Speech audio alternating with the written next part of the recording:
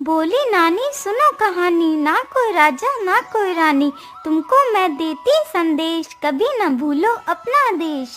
बोली नानी सुनो कहानी, ना कोई राजा ना कोई रानी, तुमको मैं देती संदेश, कभी न भूलो अपना देश। अरे वाह, ये चिड़िया तो कितना मधुर गीत गाती है।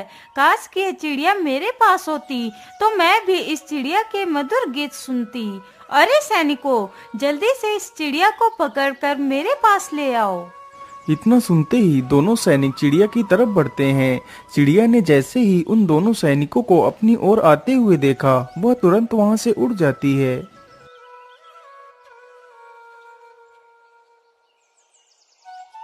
अरे राजकुमारी जी, चिड़िया तो उड़ गई।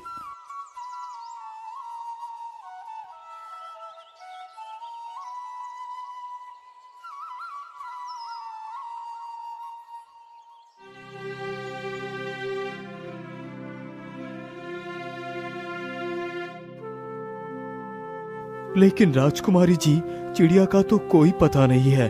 वो कहाँ चली गई है? आखिर हम उसे कैसे ढूंढ सकते हैं? पिताजी, मुझे कुछ भी नहीं पता। मुझे तो बस वह चिड़िया चाहिए।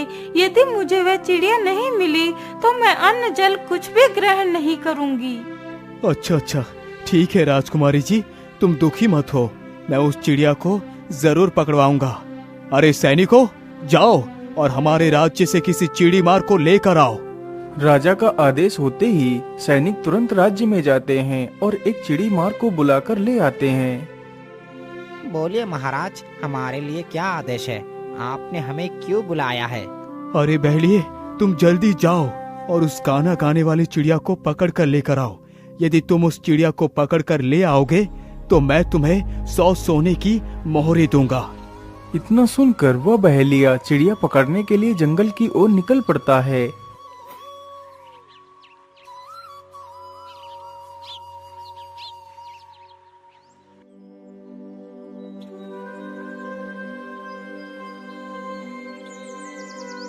शिकारी चलते चलते जल्दी ही घने जंगल में पहुंच जाता है।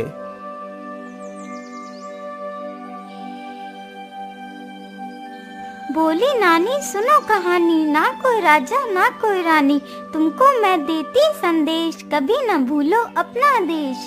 अरे वाह, इतने मीठे स्वर में कौन गा रहा है? लेकिन आसपास तो कोई भी नजर नहीं आ रहा है। कहीं ये गाना वो चिड़िया ही तो नहीं गा रही है जिसकी बात महाराज ने कही थी? हाँ, मुझे तो लगता है ये वही चिड़िया है। चलो चलकर देखता हूँ। इतना सोचकर शिकारी उधर को ही चल पड़ता है जिधर से वह आवाज आ रही थी।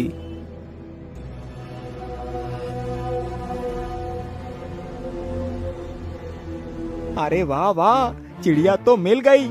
चलो जल्दी से अपना जाल बिछा देता हूँ। फिर शिकारी जल्दी से अपना जाल पेड़ के नीचे बिछा देता है और उसमें दाने डाल देता है। मैंने जाल तो बिछा दिया है, चलो अब यहाँ से दूर चलकर छिप जाता हूँ। अरे पेड़ के नीचे तो कितने सारे दाने बिखरे हुए पड़े हैं। चलो जल्दी से कुछ दाने चुग लेती हूँ।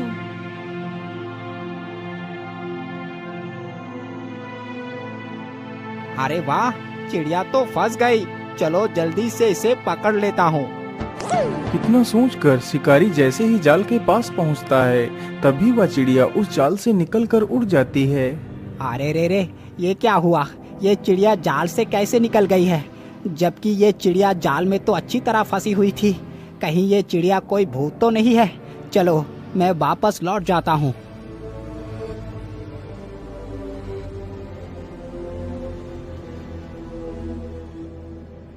लेकिन तुम उस चिड़िया को क्यों नहीं पकड़ सकते?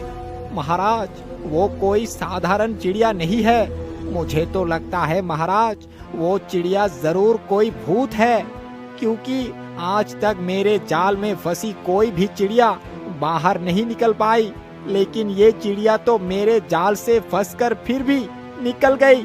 महाराज, मुझे माफ कर दीजिए, मैं उस चिड़िया को नहीं पकड़ सकता। इतना बोलकर वह बहेलिया वहां से चला जाता है। क्या इस पहेली की बात सच है? मुझे खुद चलकर देखना चाहिए।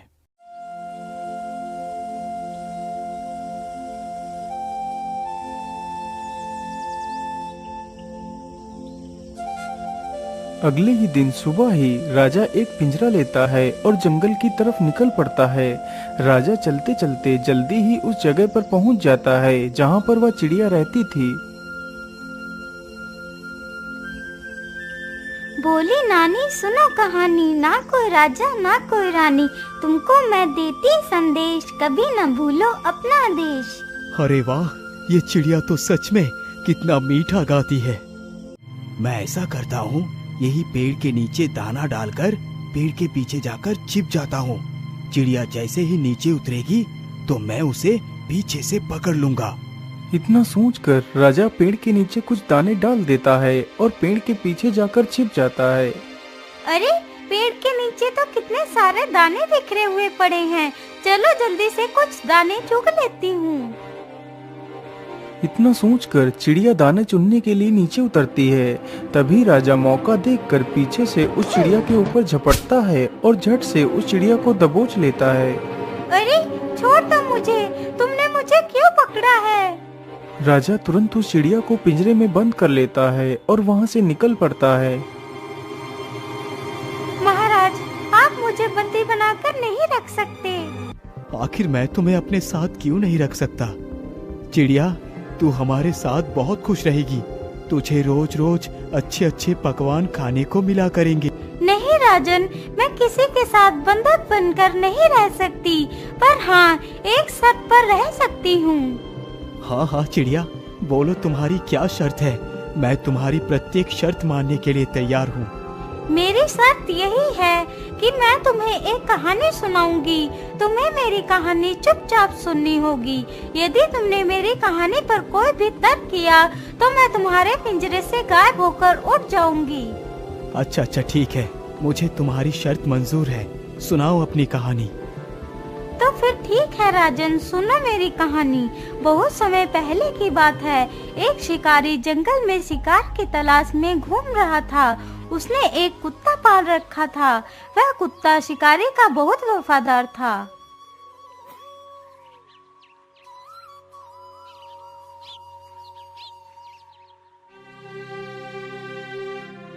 हे भगवान, मुझे जंगल में घूमते घूमते सुबह से दोपहर हो चुकी है, लेकिन अभी तक मुझे कोई शिकार नहीं मिला है। अब मेरे हिसाब से मुझे घर वापस चलना चाहिए।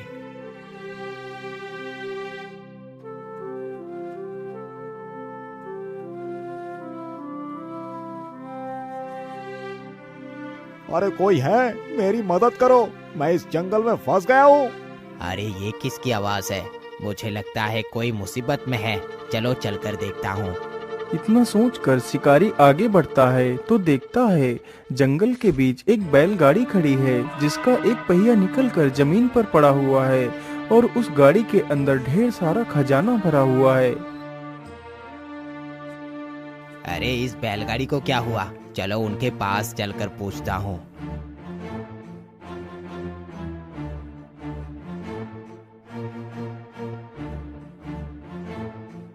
अरे सेठ जी, क्या बात है?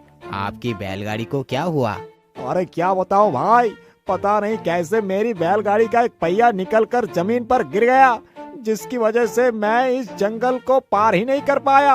अब तो जल्दी से शाम भी होने वाली है, क्या आप मेरी कुछ मदद कर सकते हैं? हाँ हाँ सेठ जी, क्यों नहीं, बोलिए आपको मेरी क्या सहायता चाहिए? अरे भाई, मैं किसी गाड़ी ठीक करने वाले को गांव से बुला कर लाता हूँ। तब तक के लिए क्या आप मेरी बैलगाड़ी की देखरेख कर सकते हैं? हाँ हाँ सेठ जी, क्यों नहीं, आप निश्चिंत होकर जाइए। मैं आपकी बैलगाड़ी की देखरेख की जिम्मेदारी लेता हूँ। इतना सुनते ही सेठ वहाँ से चला जाता है। शिकारी को बैठे बैठे वहाँ पर काफी समय गुजर जाता है। अब तो धीरे धीरे रात भी हो गई थी। हे भगवान, सेठ को तो गए हुए काफी समय हो चुका है, लेकिन वो अभी तक लौट कर क्यों नहीं आए? अब तक तो मुझे घर में होना चाहिए था। मेरी माँ को तो रात में दिखाई भी नहीं देता, तो फिर वो खाना कैसे बना पाएगी? मैं ऐसा करता हूँ, अपने कुत्ते को यहीं पर पहरेदारी के लिए रख देता हूँ और मैं जल्दी से खाना बनाकर वापस आ जाऊंगा। अरे शेरू, मैं घर जा रहा हूँ खाना लाने के लिए। तुम यहीं पर रुकना और अच्छे से गाड़ी की देख रेख करना। मैं जल्द ही वापस आ जाऊंगा। इतना बोलकर शिकारी वहां से अपने घर को चला जाता है और वह कुत्ता गाड़ी की देख रेख करने लगता है। कुछ देर में ही वह सेठ भी वापस आ जाता है तो देखता है कि शिकारी वहां से जा चुका है। यह देखकर उसे शिकारी के ऊपर बहुत क्रोध आया।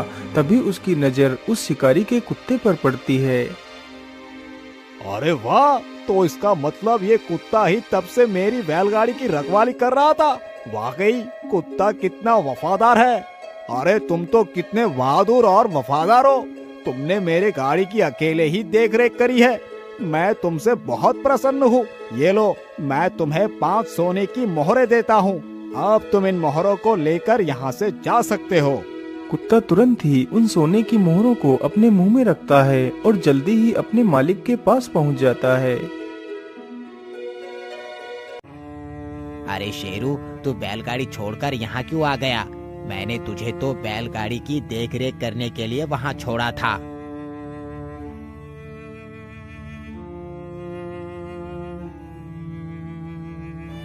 ये देखकर शिकारी को कुत्ते के ऊपर बहुत गुस्सा आया। उसे लगा कि कुत्ता गाड़ी से वह मोहरे चुरा कर लाया है। अरे दोस्त, मैंने तुझे वहाँ रखवाली के लिए रखा था और तू ये मोहरे चुरा कर ले आया है। मैं तुझे जिंदा नहीं छोड़ूंगा।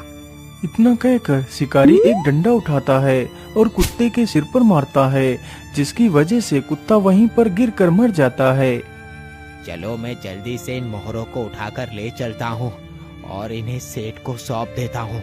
इतना सोचकर शिकारी जल्दी से उन सारी मोहरों को उठाता है और जल्दी ही सेठ के पास पहुँच जाता है।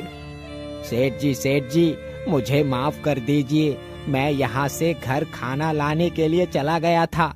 इतने में ही मेरे कुत्ते ने आपके 5 सोने की मोहरे को चुरा लिया और इन्हें लेकर यहाँ से भाग गया। मैं आपकी मोहरे आपको लौटाने आया हूँ। अरे नहीं नहीं भाई, आप ये कैसी बात कर रहे हैं?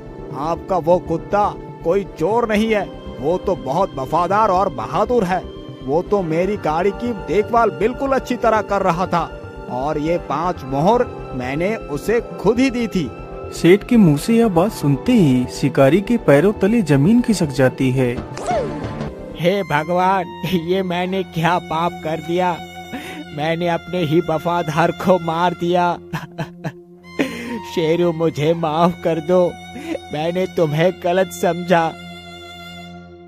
तो सुना महाराज उस वफादार की कहानी?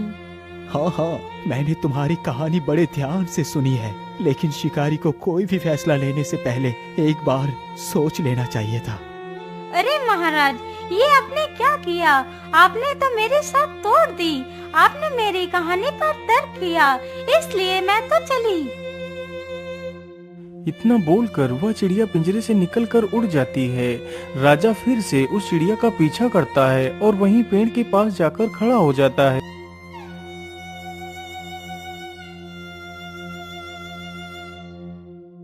हे चिड़िया, तू मुझ पर तरस खा। तू मेरे साथ मेरे महल चल, मेरी परेशानी समझ। वहाँ पर तुझे कोई भी समस्या नहीं होगी। मुझे एक मौका और दे दो। ठीक है महाराज, मैं तुम्हें एक और मौका देती हूँ। यदि इस बार तुम मुझे नहीं ले जा सके तो मैं तुम्हारे हाथ कभी नहीं आऊंगी। इतना बोलकर चिड़िया फिर से राजा के पिंजरे के अंदर आ जाती है। चलो राजन, मुझे अपने साथ ले चलो। इस बार मैं तुम्हें एक और कहानी सुनाती हूँ, लेकिन मेरी शर्त वही है। अच्छा, ठीक है। इस बार तो शर्त मैं ही जीतूंगा। महाराज, मेरी दूसरी कहानी सुनो। बहुत समय पहले की बात है। रत्नगढ़ नामक राज्य में घोर सूखा पड़ा था। तो धीरे धीरे गांव के सारे लोग गांव छोड़कर शहर को चले गए थे, सिवाय एक व्यक्ति के जिसका नाम शामू था। हे भगवान, धीरे धीरे गांव के सारे लोग गांव छोड़कर चले गए। बस एक मैं ही बचा हूँ यहाँ। अब तो इस तालाब का भी पानी लगभग खत्म ही हो गया है। यदि पानी नहीं मिलेगा तो मैं जीवित कैसे रह पाऊंगा? मैं ऐसा करता हूँ, कल सुबह ही मैं ये गांव छोड़कर कहीं दूसरे शहर चला जाऊंगा। यदि जीवित रहूंगा तो कहीं भी कमा कर खा लूंगा। यदि प्राण ही नहीं रहेंगी तो गांव में रहने का क्या फायदा?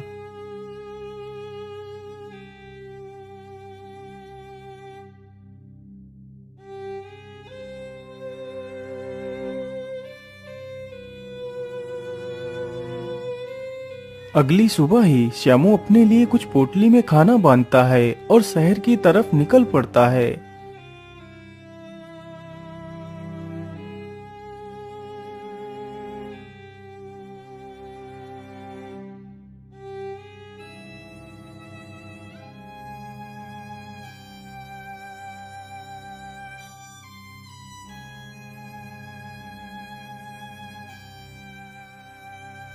श्यामू चलते चलते काफी ज्यादा थक चुका था और उसे बहुत जोर की प्यास भी लगी थी।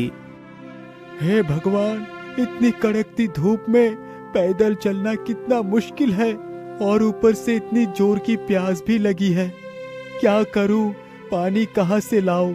मुझे तो लगता है मैं इस प्यास के कारण तो बाद में मरूंगा, उससे पहले इस कड़कती धूप और थकान से ही मर जाऊंगा।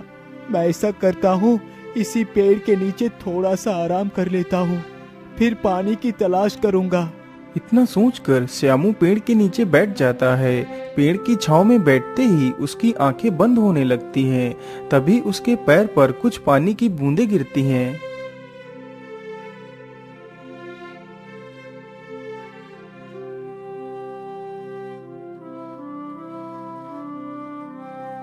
अरे ये क्या?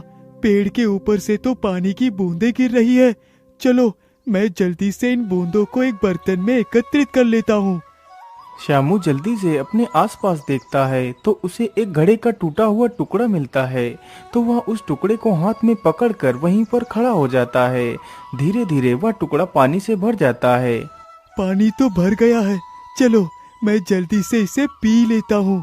तभी एक कौवा श्यामू के पानी पर झपटता है और सारा पानी जमीन पर गिरा देता है। अरे दुष्ट कौवे, मैं तुझे जिंदा नहीं छोड़ूंगा, तूने मेरा सारा पानी गिरा दिया। इतना बोलकर श्यामू उस कौवे के पीछे दौड़ पड़ता है।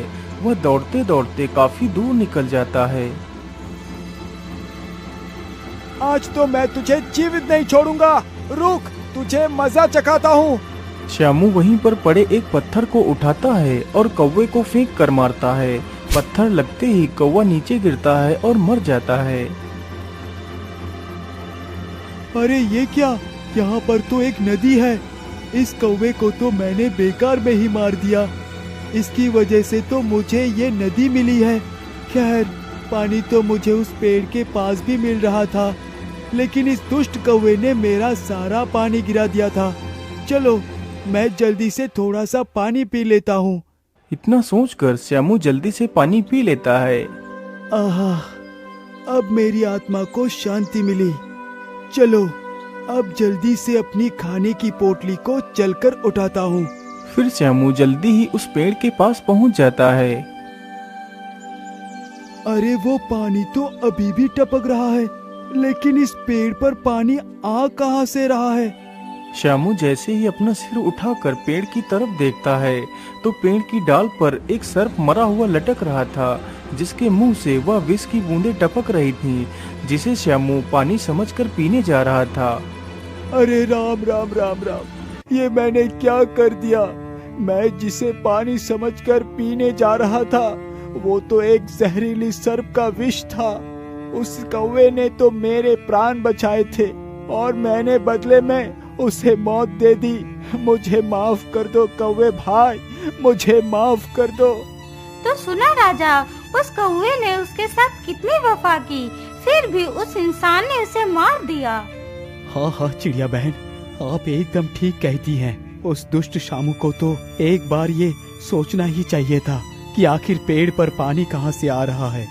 महाराज, आप फिर से अपनी शर्त को हार चुके हैं। आपने फिर से मेरी कहानी पर तर्क किया, इसलिए मैं तो चली। इतना कहकर वह चिड़िया फिर से पिंजरे से गायब होकर उसी पेड़ के पास पहुंच जाती है।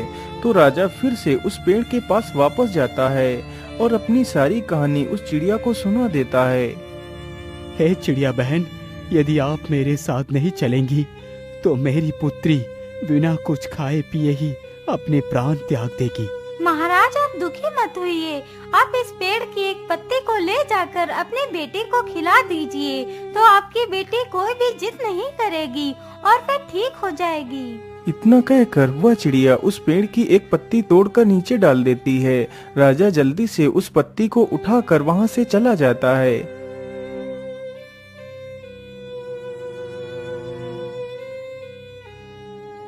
अरे पिताजी, आप उस चिड़िया को लेकर नहीं आए। बेटी, उस चिड़िया ने तुम्हारे लिए एक पत्ती भेजी है और कहा है जब राजकुमारी इस पत्ती को खा लेगी तभी मैं वहाँ पर आऊंगी। इतना सुनते ही राजकुमारी वह पत्ती खा लेती है। उस दिन से राजकुमारी उस चिड़िया के बारे में सब कुछ भूल जाती है और खुशी खुशी अपने परिवार के साथ रहने लगती है।